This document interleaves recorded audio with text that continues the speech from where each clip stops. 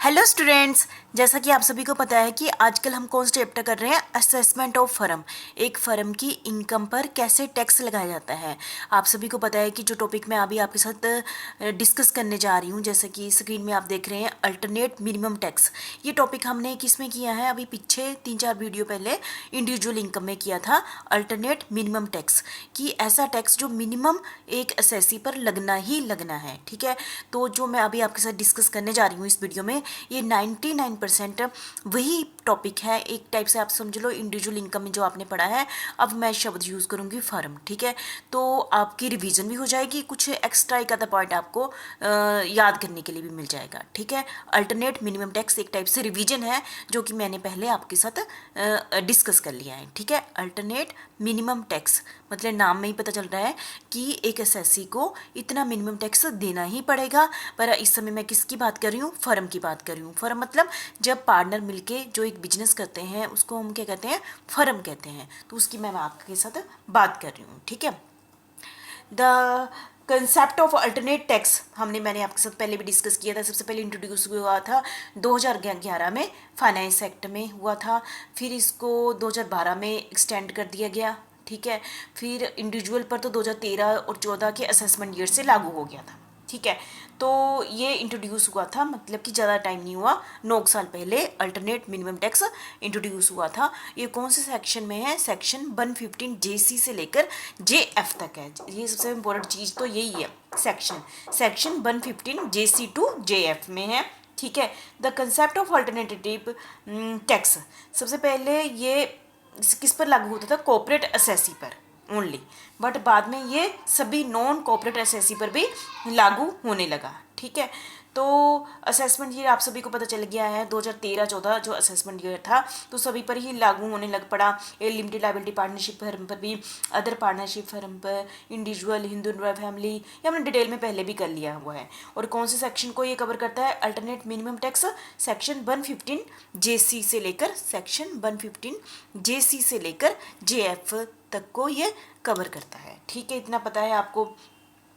The provision of alternate tax कितना है, मतलब कि उन्होंने आपको पहले भी बोला था, can not be less than 18.5%। ये मैंने आपको इंडिविजुअल इनकम में बताया था। मिनिमम अल्टरनेट मिनिमम टैक्स मतलब कि एसएससी को इतना मिनिमम देना ही पड़ेगा। ठीक है, ये कितना है परसेंटेज है, वहाँ पर हमने इंडिविजुअल के केस में क्या कहा था कि इंडिविजुअल की इनकम कितनी होनी चाहिए, 20 लाख से ज़्यादा होनी चाहिए, उस पर ये लागू होता है क्या, अल्टरनेट मिनिमम टैक्स। यहाँ पर ये कंसेप्ट नहीं है, पर फिर भी हम डिटेल में कर लेते हैं कि वहाँ पर भी कितना परसेंटेज थी, 18.5% ऑफ किसका, 18.5 में एडजस्टेड टोटल इनकम। हमने ये टॉपिक अलग से किया था ना, एडजस्टेड टोटल इनकम, वही थियरी है, सेम ही है। ठीक है, और प्लस हम वहाँ भी हम क्या करते थे, एजुकेशन सेस, ठीक है, कितना 2%, and secondary higher education cess 1%। ठीक है, तो इन यदि हम तीनों को मिला लें तो ये बन जाता है अल्टरनेट मिनिमम टैक्स, कितना बन जाता है, 19.055%, 19.055% बन जाता है। ठीक है, तो आपने जो भी इस स्लाइड में देखा तो ये आपने देखा होगा, ये मैक्सिमम पॉइंट हमने पहले भी डिस्कस कर लिए हैं। ठीक है, बस उसमें बस ये कंपेयर करते रहना। इंडिविजुअल में मैंने 20 लाख वाला कंसेप्ट कहा था, यहाँ पर मैं वो वाला टॉपिक नहीं बोल रही हूँ, 20 लाख वाला कंसेप्ट में बोल रही हूँ। वहाँ पर इंडिविजुअल इनकम पर बोला था, यहाँ पर मैं किसकी बात कर रही हूँ, फर्म की बात कर रही हूँ। सेक्शन में वही है, वो भी सेक्शन इसी को ही थे, सेक्शन जेसी से स्टार्ट थे, ये भी सेक्शन वही है, सेक्शन जेसी टू जेएफ, मतलब सेक्शन वही है, टॉपिक भी वही है, बस इंडिविजुअल की जगह मैं फर्म यूज़ कर रही हूँ, थोड़ा 19-21 का ही फ़र्क है। ठीक है, तो स्टेप्स क्या होते हैं, वैसे ही स्टेप है जो पहले मैंने आपके साथ डिस्कस कर लिए हैं। तो सबसे पहले क्या कंप्यूट करो, जैसे कि किसी भी एसएससी की इनकम होती है, जैसे फर्म की इनकम है। ठीक है, तो रेगुलर जो हम पांचों हेड जो हमने पहले कर लिए हैं, income from salary, house property, वैसे एक एसएससी की इनकम कैलकुलेट कर लो, और सेक्शन 60 से 64 यदि उसकी और दूसरों से इनकम ऐड होनी है वो भी कर लो, कर लिया।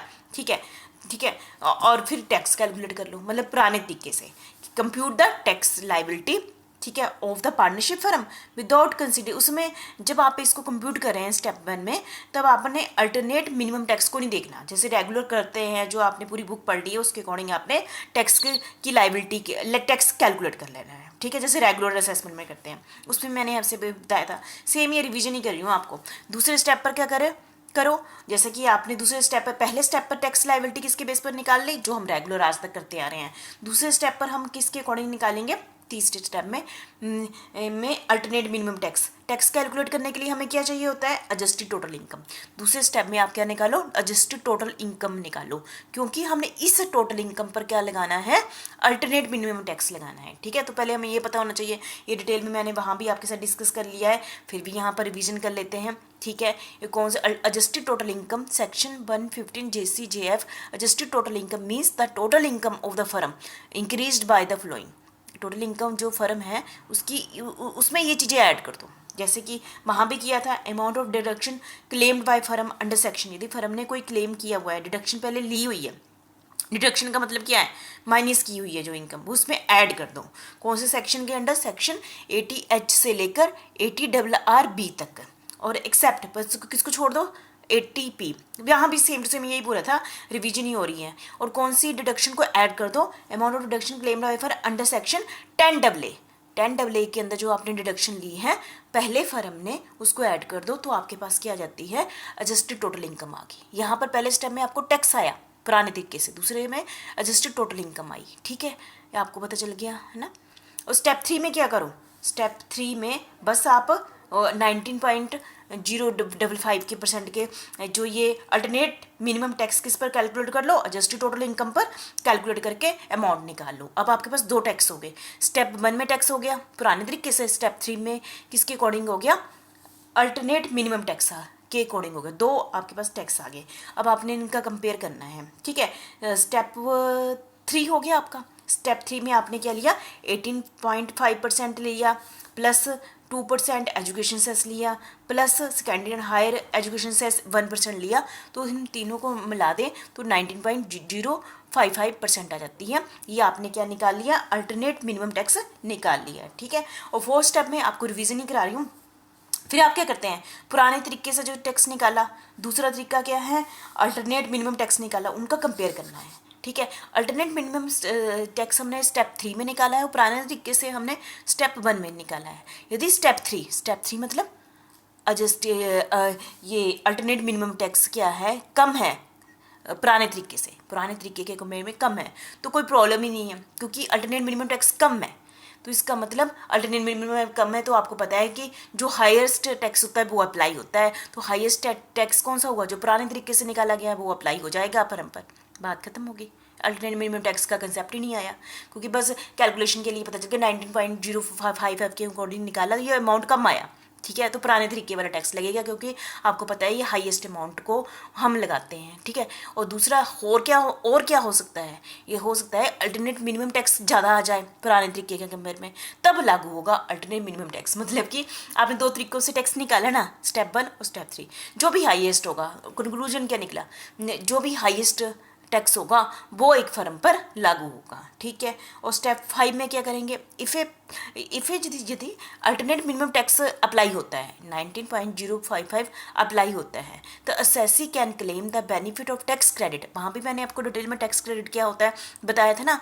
तो असेसी किसकी क्लेम कर सकता है, टैक्स क्रेडिट की क्लेम कर सकता है। वहाँ पर मैंने आपको 15 साल बोला था, यहाँ पर मैं बोल रही हूँ in the succeeding 10 assessment year, अगले 10 सालों तक वो क्या कर सकता है, टैक्स क्रेडिट की क्लेम कर सकता है। टैक्स क्रेडिट क्या होता है मैंने पहले भी आपके साथ डिटेल में डिस्कस कर लिया हुआ है। ठीक है, और स्टेप 6 क्या कहता है, ठीक है, वहाँ पर मैं पॉइंट आपको ये बताना भूल गई थी। ठीक है, तो आपने वहाँ पर ही ऐड कर लेना कि हमने चार्टर्ड अकाउंटेंट से सर्टिफिकेट लेना होता है।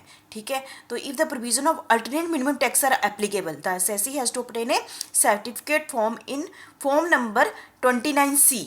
कौन सा फॉर्म, पहले ही छपा हुआ है इनकम टैक्स एक्ट 1961 में, ये वाला फॉर्म हमने किससे सर्टिफाई कराना है, चार्टर्ड अकाउंटेंट से सर्टिफाई कराना है, उससे लेना है, फर्म ने लेना है।